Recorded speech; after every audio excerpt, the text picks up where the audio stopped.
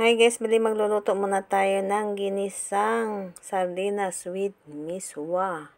Bali yan pala yung ating gagamitin. Bali naglagay na ako ng bawang. And then isusunod na natin yung sibuyas. Kung ano na lang available natin sa bahay, ayun na lang ang lulutuin natin. Bali naglagay na ako ng kamatis. Magpapasalamat na lang tayo sa Panginoon. At least kahit paano mayroon pa tayong makain sa araw-araw. Bali, nilagay ko na pala yung sardinas, isang lata lang, hindi maglagay na tayo ng tubig.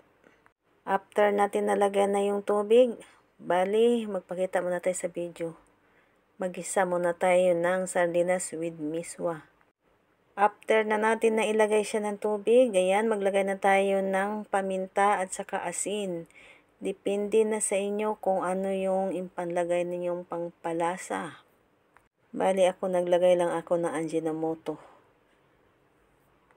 Bali, kumukulo ng ating sabaw. Lagay na natin yung ating pitsay. Depende na sa inyo kung anong available na gulay na sa bahay nyo, pwede naman.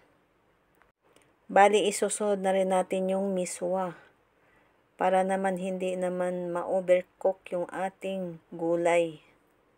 After pala na ilagay na natin yung miswa, bali naman, antayin natin na medyo kumulo kunti. And then, tikman natin kung okay na ang lasa. Pag okay na ang lasa, maglagay pala ako ng sili na ginagamit sa sigang.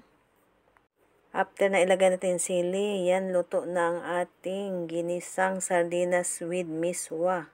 Thank you for watching guys. Salamat sa inyong panonood. See you sa next vlog. Bye-bye.